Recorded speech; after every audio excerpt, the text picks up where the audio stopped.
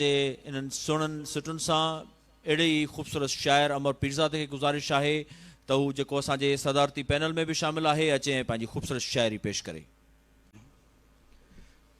कुछ शेर ऐं हिकु नज़्म ॿुधायां थो। सोच जो अंधेरो आ, सोच जो अंधेरो आ, अमर सिंधु। सोच जो अंधेरो आ, औरतुनि खे परखण में मर्द ॼण वॾेरो आ। सोच जो अंधेरो आ, औरतुनि खे परखण में मर्द ॼण वॾेरो आ। हिकु 64 आ।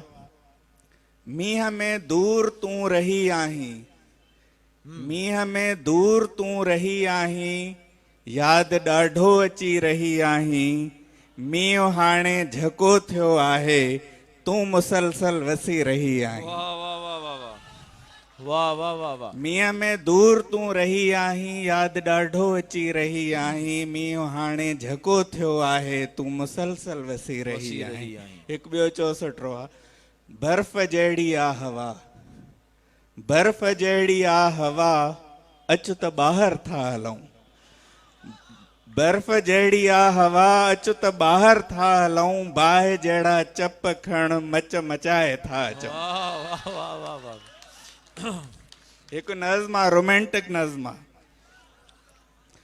तूं मींहं में भिॼी पई, तूं मींहं में भिॼी पई या पंहिंजे हुस्न सां दुनिया जी गदलाण पई लाहीं। तूं मींहं में भिॼी पई या पंहिंजे हुस्न सां दुनिया जी गदलाण पई लाहीं, तो समुंड में पेर ॿोड़िया या लहरुनि खे आशीर्वाद पे ॾिनो। वाह वाह वाह। तो समुंड में पेर ॿोड़िया या लहरुनि खे आशीर्वाद पे ॾिनो, तो टहक पे ॾिना या गुलाबनि खे खिलण पे सेखारियो। वाह वाह वाह वाह। तो टहक पे ॾिना या गुलाबनि खे खिलण पे सेखारियो, तो साड़ी पाती या जवानीअ खे चेल सां ॿधी छॾियो। वाह वाह। तो साड़ी पाती या जवानीअ खे चेल सां ॿधी छॾियो, तो लुढ़क पे हारिया या दर्द जे दाइमी हुजण जी गवाही पे ॾिनी। वाह। तो झुमर पे हईं या धरतीअ जे सदन जो थक पे लाथो। वाह। तो झुमर पे हईं या धरतीअ जे सदन जो थक पे लाथो, तो मेकअप पे कयो या मुंहिंजे इश्क खे ज़र्क बर्क पे कयो। वाह वाह वाह वाह वाह वाह। तो मेकअप पे कयो या मुंहिंजे इश्क खे ज़र्क बर्क पे कयो, तो साह पे खयो या हिन काइनात खे जीअण पे सेखारियो।